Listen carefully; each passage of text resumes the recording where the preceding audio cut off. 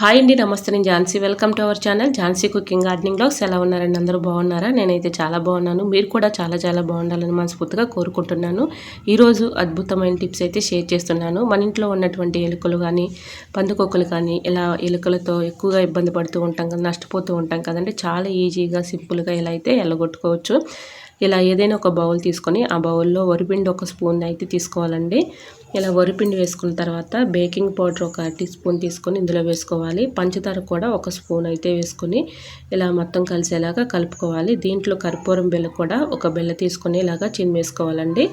ఇలా ఈ మూడు కూడా బాగా మిక్సింగ్ చేసుకోవాలి. ఇలా కర్పూరం, వరిపిండి, అలానే బేకింగ్ పౌడర్, కొంచెం పేస్ట్ కూడా వేసుకోవాలి. ఇలా మొత్తం కలిసేలాగా పేస్ట్ కూడా వేసుకొని కొన్ని వాటర్ అయితే పోసుకోవాలండి. ఎక్కువగా పోయకూడదు, కొంచెం వాటర్ అయితే తీసుకోవాలి.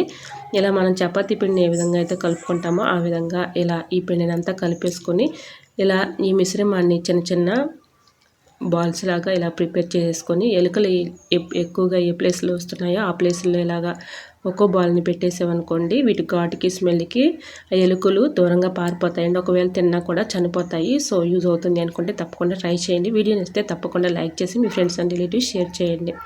ఓకేనండి, బాయ్. మరికొన్ని టిప్స్తో మళ్ళీ మీ ముందుకు వచ్చేస్తానండి. అంతవరకు బాయ్. అందరూ బాగుండాలి, అందులో నేను ఉండాలని ఆశిస్తూ నేను మీ ఝాన్సీ. Thanks for watching.